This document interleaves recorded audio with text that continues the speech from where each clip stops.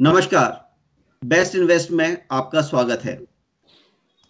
अभी तक हमने बेस्ट इन्वेस्ट सीरीज में देखा कि लॉन्ग टर्म निवेश से कैसे फायदे उठाया जा सकता है। अब हम बात करेंगे शॉर्ट टर्म निवेश में कैसे हमारी क्या टेक्निक्स कारगर साबित हो सकती हैं। इस विषय पे बात करने के लिए हमारे संग जुड़ रहे हैं हमारे इन्वेस्टमेंट एक्सपर्ट अतुल वर्मा जी।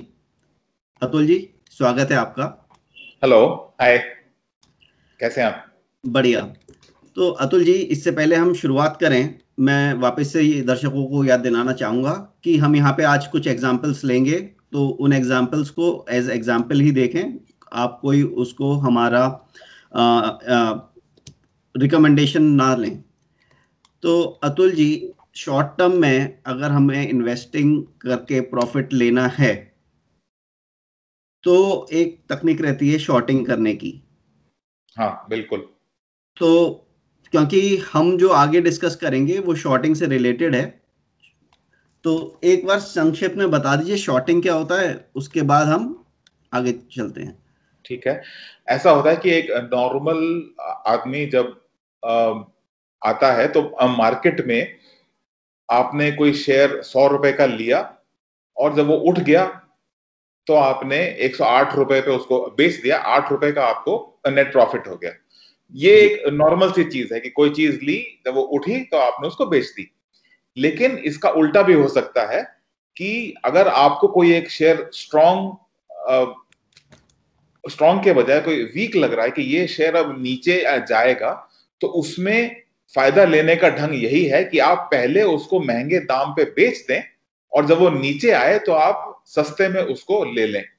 अब यह है कि अनफॉर्चुनेटली ये शेयर आपके पास अगर है तो आप उसको बेच सकते हैं, लेकिन अगर आपका वो शेयर ही नहीं है तो you will have to go to futures.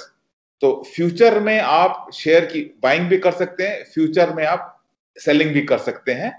थोड़ा सा उसमें ख्याल ये रखने का होता है कि फ्यूचर क्योंकि लीवरेज्ड इंस्ट्रूमेंट है, टिपिकली क्या होता है कि अगर आपने 100 रुपए का कोई फ्यूचर लिया तो उसमें स्टॉक एक्सचेंज आपसे करीब 20 रुपए रख के और तब आप 100 रुपए का बिजनेस आपको अलाउड होता है। तो उसका एडवांटेज ये हो सकता है कि अगर वो 100 रुपए का शेयर अगर 108 रुपए का हो जाता है तो वो 8 रुपए का नेट प्रॉफिट जो है वो 100 पे नहीं है, क्योंकि आपने तो सिर्फ 20 रुपए ही लगा रखे हैं, तो बहुत ज्यादा प्रॉफिट हो जाता है। लेकिन अगर वो 100 रुपए का शेयर 90 रुपए का रह जाए अगर, तो ये 10 रुपए का लॉस 100 पे नहीं हुआ, ये 20 रुपए पे हुआ, तो आपका करीब आधा कैपिटल साफ हो गया। तो फ्यूचर को जरा ध्यान से ही इस्तेमाल कोई भी इन्वेस्टर को he must do it very carefully. जी, और फ्यूचर्स मैं नहीं कहूंगा कि कोई भी बिगिनर्स फ्यूचर्स में या ऑप्शंस में एकदम से हाथ डाले। बिल्कुल सही कह रहे हैं जी। तो अतुल जी, जब हम शॉर्ट टर्म के लिए कहते हैं कि प्रॉफिट बुकिंग करनी चाहिए, तो रेजिस्टेंस लेवल और सपोर्ट लेवल, हाँ, ये दो कॉन्सेप्ट्स जो हैं ये बहुत ही इंपॉर्टेंट हैं। जस्ट फॉर द नॉलेज कि अगर कोई शेयर का दाम उठ रहा है तो नॉर्मली वो एक रेजिस्टेंस लेवल पे जाके रुक जाएगा, उसके ऊपर जाने में उसको प्रॉब्लम होगी, उसको रेजिस्टेंस आप बोलते हैं। और अगर कोई शेयर नीचे आ रहा है तो सपोर्ट पे नॉर्मली आके रुक जाएगा, उसको नीचे जाने में फिर से परेशानी होगी। तो ये दो लेवल जिसके कि ऊपर जाना और नीचे आना मुश्किल है, ऊपर वाले को दैट विल बी कि ये आपका शेयर का रेजिस्टेंस है और नीचे शेयर का सपोर्ट है। जी, तो अतुल जी, इसके लिए मैं एक एग्जांपल लेना चाहूंगा। लाइव एग्जांपल लेते हैं हम लोग, और यहाँ पर मैं दर्शकों से फिर बता देता हूं कि ये केवल एक एग्जांपल है, कोई रिकमेंडेशन नहीं है। ठीक है।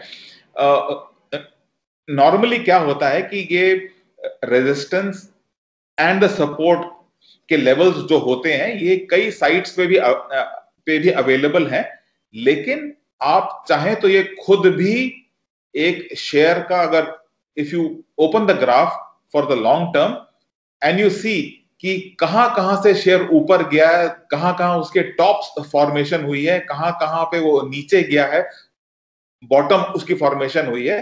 तो मोटा मोटा जहां जहां पे टॉप्स आए हैं, दोज आर द रेजिस्टेंसेस। और जैसे आपने ये, if you look at this curve for Tata steel, तो इसमें आप ये देखेंगे कि करीब 3 4 5 जगह इसकी पीक्स आई हैं, 250 पे, 360 पे, 550 पे, 880 पे, 650 पे एंड सो ऑन। और बॉटम्स जो हैं वो इसने फॉर्म करी हैं 160, 280, 310, 150, 450, 320। तो ये, तो जो ये ऊपर के लेवल्स हैं, those would be the places जिसके कि ऊपर जाने में इस शेयर को परेशानी होगी। Those are the resistances. तो जो पीक्स हैं, those would normally be the resistances, और जो बॉटम्स हैं, those will be the support area. So ये बहुत मोटा मोटा आप कोई भी शेयर लेके उसके रेजिस्टेंसेस और ये लेवल जो है सपोर्ट वाले वो निकाल सकते हैं। अब इस पे क्वेश्चन ये आता है कि मैंने अगर ये निकाल लिए तो इससे फायदा क्या होगा मुझे? फायदा ये होगा कि जो हमारी नॉर्मल एक्सपेक्टेशन है कि अगर कोई शेयर उठ रहा है तो रेजिस्टेंस के ऊपर जाना मुश्किल है, मोस्ट प्रोबेबली वो रेजिस्टेंस को हाथ लगा के फिर नीचे आने की कोशिश होगी। तो अगर आपकी भी यही सोच है तो आप रेजिस्टेंस पे जब शेयर आए तो वहां पे आप शेयर को शॉर्ट कर दें, और जब वहां से नीचे आए तो लोअर भाव पे उसको वापस बाय जब होगा तो उसमें आपको you will make a net profit. उसी तरीके से अगर ये शेयर नीचे आ रहा है तो एक्सपेक्टेशन ये होनी चाहिए कि सपोर्ट एरिया में आके ये शेयर रुक जाएगा, उसके नीचे नहीं जाएगा। और जब सपोर्ट पे आए तो आप शेयर को बाय कर लें फ्यूचर में, और जब वो वहां से फिर से उठे तो फिर आप उसको हायर दाम पे बेच के you can make a net profit. लेकिन ये कोई श्योरिटी नहीं है कि रेजिस्टेंस के ऊपर नहीं जाएगा। और ये जो इसका जो हमने आइडेंटिफाई किया कि सपोर्ट एरिया है, बहुत दफा ऐसा होता है कि आता है, रेजिस्टेंस पे आके शेयर रुका रहता है, ऊपर जाने की उसकी होती है, और कुछ दिन के बाद वहां से फिर हाई हाई वॉल्यूम पे उस रेजिस्टेंस के भी ऊपर निकल जाता है। तो अगर आपने उस रेजिस्टेंस पे अगर शेयर को शॉर्ट किया हुआ है ये सोच के कि यहां से वापस नीचे आएगा, तो वहां पे शॉर्ट को आपको जल्दी से you will have to make sure the short is no longer there, बल्कि वहां पे फिर लॉन्ग की जरूरत होगी कि अब इससे हायर जो रेजिस्टेंस है अब शायद शेयर उस तरफ जा रहा है। सिमिलरली जो सपोर्ट है अगर वो तोड़ के नीचे आता है और आप ये सोच के बैठे थे कि सपोर्ट के नीचे नहीं आएगा और वहां पे आपने लॉन्ग किया हुआ था, तो वो लॉन्ग को भी आपको काट के फिर से शायद शॉर्ट की वहां पे जरूरत पड़ेगी। तो ये these are areas where you can make a profit on both the sides. तो अतुल जी, जैसे आपने कहा कि हमारा जो है इस केस में क्या रहता है नॉर्मली कि हायर हाइज कब बनेंगे और लोअर लोज कब बनेंगे ये हमको पता नहीं रहता नॉर्मली। तो ऐसे में अगर हमको लग रहा है बेचना है कुछ, तो उसके लिए क्या स्ट्रेटेजी रहेगी बेचने के लिए? बिल्कुल ठीक। मैं अब ये 2 केस लूंगा जिसमें कि I will explain the concept of a stop loss. तो इसमें ऐसा है कि ऐसा कभी आपके साथ हुआ है कि आपने कोई शेयर 100 रुपए पे लिया, फिर वो उठ के 108 का हुआ, 120 का हुआ, आपने कहा अरे अब 100 से 120 पे आ गया, आपने 120 पे उसको बेच दिया, और आपके बेचने के बाद वो शेयर 130 का हुआ, 140 पे गया, 150 पे गया, आपको लगा अरे मैंने 120 पे क्यों बेच दिया इसे, और फिर वहां से वो गिर के नीचे आता है 150 से 140, 130, 100 जहां पे आपने बाइंग की थी और 80 पे आ गया, तो आपको फायदे के बजाय यहां पे लॉस होने के चांसेस हैं।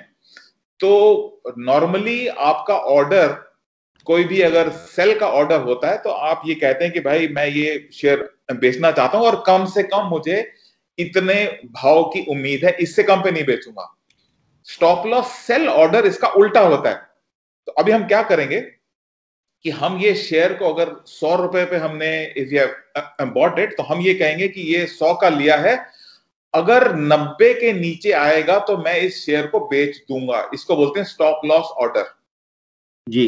और कुछ दिन के बाद ये 100 से अगर उठ के हो गया मानो 110 पे आ गया, तो मैं अपना स्टॉप लॉस ऑर्डर जो मैंने 90 पे रखा हुआ है उसको मैं 100 पे लूंगा कि अब अगर ये 110 से अगर 100 के नीचे जाएगा तो मैं इसको बेच दूंगा। और अगर मानो ये शेयर 110 से उठ के 120 पे चला जाता है तो मैं अपना स्टॉप लॉस 100 से इंक्रीज करके I bring it up to 110। इसी तरीके से जैसे जैसे शेयर ऊपर जाता जाएगा मैं अपना स्टॉप लॉस भी उसके पीछे पीछे लेके जाऊंगा। मानो 150 पे गया अगर, तो मैं अपना स्टॉप लॉस 140 पे ले आऊंगा। इसका रीजन ये है कि स्टॉक मार्केट में चीजें एक्सेंचुएट होती हैं। मतलब जो एक फेयर प्राइस आपके हिसाब से 100 से 120 थी, वो फेयर प्राइस पे नहीं रुकता, वो उसके और आगे निकल जाता है 130, 140, 150। तो हम उसके पीछे पीछे आ जाएंगे, हम ये गेस नहीं करेंगे कि कहां से वापस आएगा, हम उसके पीछे पीछे जाएंगे और जहां से वो वापस आएगा वहां पे हम उसको बेच देंगे। तो इस केस में जब वो 150 पे गया तो हमारा स्टॉप लॉस बढ़ के 140 पे आ गया कि अगर ये अब 140 के नीचे जाएगा तो मैं इस शेयर को बेच दूंगा, स्टॉप लॉस सेल ऑर्डर। और जब एक्चुअली 140 पे आया तो हमारा वहां पे सेल हो जाएगा। अब इसमें एक और चीज देखने वाली हुई है कि ये स्टॉप लॉस सेल ऑर्डर आपको रोज इन जनरल डालने की जरूरत नहीं होगी। अब स्टॉक एक्सचेंजेस पे इस तरीके का ऑर्डर आप डाल के कई दिनों तक छोड़ सकते हैं और अगर वो जब तक एक्टिव है तो वो एग्जीक्यूट होगा एज पर द इंस्ट्रक्शन। तो इसमें क्या एडवांटेज हुआ कि हमने 100 पे माल लिया, 120 पे नहीं बेचा, हमने वेट किया देखो कहां तक जाएगा ये ऊपर, और हम उसके पीछे पीछे गए और हमने 120 के बजाय उसको 140 पे बेच दिया। तो ये हुआ स्टॉप लॉस सेल ऑर्डर। तो चलिए, तो अतुल जी स्टॉप लॉस सेल जो था बेसिकली अब ट्रेलिंग स्टॉप लॉस इसको कहते हैं, ट्रेलिंग स्टॉप लॉस के भी हम ऑर्डर लगा सकते हैं। लेकिन यहाँ एक छोटा क्वेश्चन मैं पूछना चाहूंगा दर्शकों के लिए। जैसे हमने बात करी 100, 110, 120, तो क्या ऑप्टिमल परसेंटेज है जिसपे हमें स्टॉप लॉस अपना मेंटेन करके चलना चाहिए? हम इस एग्जाम्पल के हिसाब से 10% लग रहा है, 10 रुपए या 10%, 10 रुपए नॉर्मली क्या ऑप्टिमल परसेंटेज रहती है? देखिए, आप अगर स्टॉप लॉस अगर बहुत पास में अगर आप गए तो चांसेस आर कि शेयर थोड़ी देर के लिए नीचे आया फिर वहां से उठ गया और आपका स्टॉप लॉस हिट हो गया। हिट हो तो जाता है। बहुत पास नहीं आना है, नॉर्मली 8-10 रुपए नीचे या in percentage term 8-10% is good enough. Okay. So जो अभी तक की जो हाईएस्ट प्राइस है उससे 10% नीचे, जैसे ही उसके नीचे आएगा हम शेयर को बेच देंगे। हाँ, ये बहुत लोगों से सुना है कि आया, नीचे टच किया और फिर भाई वापस भाग गया, मैं तो नुकसान में हो गया। हाँ, तो बहुत स्टॉप लॉस को बहुत पास लेके नहीं जाना है। ओके, तो अतुल जी फिर आप हमको स्टॉप लॉस बाय भी समझा दीजिए। हाँ, देखिए ऐसा होता है कि बहुत दफा कोई शेयर आपको लगता है कि ये शेयर अच्छा है, इट शुड बी बॉट। तो अब वो शेयर मानो किसी रीजन से नीचे आ रहा है, आपने कहा अरे ये अब 100 पे आ गया, मैं इसको ले लेता हूं। आपने उसको 100 पे लिया और आपके लेने के बाद वो 100 से घट के 90 पे आ गया। आपको लगा अरे यार मैंने ये 90 पे क्यों मतलब अगर मैं अब लेता तो मैं लोअर दाम पे ले लेता इसको। तो इसमें हम क्या कर सकते हैं कि स्टॉप लॉस बाइंग का ऑर्डर हम देंगे। क्या मतलब हुआ इसका कि जब शेयर 100 रुपए पे आया तो मैं ये बोलूंगा कि भाई ये अब जब 105 के ऊपर जाएगा तब मैं इस शेयर को लूंगा जी। और अगर उस समय वो 100 के बजाय और वहां से फिर अगर वो नीचे आके 90 पे आ जाता है तब मैं क्या करूंगा कि मैंने जो 105 पे स्टॉप लॉस बाय का ऑर्डर है मेरा उसको मैं कम करके 95 पे ले आऊंगा कि ये शेयर जो 90 पे है अब अगर ये 95 के ऊपर जाएगा तो मैं इसको ले लूंगा। अब मानो वहां से और नीचे भी आता है तो उसी तरीके से मैं अपना स्टॉप लॉस बाय ऑर्डर धीमे धीमे उसके पीछे पीछे लेके आऊंगा और जैसे ही वो हिट होगा तो अब लेटर से इट शेयर दाम इसका 85 पे आ जाता है अगर, तो मैं ये कहूंगा कि मैं 90 पे जाएगा तो मैं इसको ले लूंगा। तो नॉर्मली क्या होता है, बाइंग का ऑर्डर आप देते हैं कि अगर मतलब मैं बाइंग इस दाम से ऊपर नहीं करूंगा। नॉर्मली ऐसा ऐसा ऑर्डर होता है कि मैं this is the maximum price जिस पे कि मैं लेने को आई एम रेडी। यहां पे उल्टा हो रहा है, यहां पे ये हो रहा है कि 100 का दाम है और मैंने कहा कि मैं 105 पे लेने को तैयार हूं अगर उसके ऊपर जाएगा तो। अब जब वो 85 पे आ गया तो मैंने कहा कि 90 के ऊपर जाएगा तो मैं इसको ले लूंगा, आई विल बाय देन। तो आप मतलब ये थोड़ी चीज उल्टी हो रही, लेकिन इससे हो क्या रहा है कि जब 85 से लौट के फिर से 90 के ऊपर जाएगा शेयर तो 90 पे आप शेयर बाय आपका आपका हो जाएगा। तो अब इसका नेट नेट ये हुआ कि जो चीज आप 100 रुपए पे लेने जा रहे थे वो अल्टीमेटली अब आपने 90 रुपए पे ली, तो अब आपने लोअर कॉस्ट की बाइंग हो गई। तो which is also good thing. इसको स्टॉप लॉस बाइंग कहते हैं। जी, जब शेयर आपका लग रहा है कि ये नीचे जा रहा है तब आप लगा सकते हैं। तो इसमें बस एक ही दिक्कत ये है थोड़ी सी कि आप बिल्कुल उसे बॉटम लो पे नहीं खरीद के थोड़ा सा ऊपर खरीद रहे हैं, लेकिन आप उस टाइम खरीदने से बच गए जब वो काफी ऊपर था। बिल्कुल सही है, क्योंकि अगर वो 100 से नीचे आ रहा है, क्या पता वो 80 पे जाए, 70 पे जाए, 60 पे जाए, क्या पता। तो जब तक वो वापस उठ के ना आए हम बाइंग नहीं करेंगे। हम वेट कर रहे हैं कि फिर से उठ के ऊपर आए। तो स्टॉप लॉस बाय में भी जैसे हम स्टॉप लॉस सेल का बोल रहे थे कि 10% भी एनफ है परसेंटेज, स्टॉप लॉस बाय के केस में 10% ज्यादा है या 10% ऑप्टिमल है? स्टॉप लॉस बाय में थोड़ा सा ये रेंज कम हो जाती है, क्योंकि शेयर जब गिरता है तो काफी ज्यादा एक साथ नीचे आ सकता है, लेकिन जब उठता है तो बहुत ज्यादा एक साथ नहीं उठता है। तो आप अगर इस केस में 5% का भी रखें अगर, तो बाइंग में तो सही है 5% का गैप। चलिए, तो अतुल जी, हमने stop loss buy stop loss sell की बात करी। अगर एक ही स्पेस के हमारे पास दो शेयर हैं, एक में लग रहा है कि घाटा होगा, दूसरे में लग रहा है कि मुनाफा होगा, तो उसको कैसे डील करना चाहिए? या कहूं तो पेयर ट्रेडिंग जो होती है उसके बारे में कुछ बताइए। देखिए, ऐसा है कि पेयर ट्रेडिंग जो कि it's done by most of the hedge funds, ये क्या चीज है? अब जैसे मैंने इससे पहले एक्सप्लेन किया कि फ्यूचर में थोड़ा काम अगर हो तो उसमें रिस्क थोड़ा सा हायर होता है। कि आपने कहा कि ये शेयर बहुत स्ट्रांग है, मैं इसका फ्यूचर ले लेता हूं, बाय कर लेता हूं, लेकिन आपने वो लिया और अगले दिन मार्केट में कुछ गैप डाउन हो गया, सडनली कोई बहुत ही न्यूज ऐसी आई कि पूरी की पूरी मार्केट ही नीचे आ गई।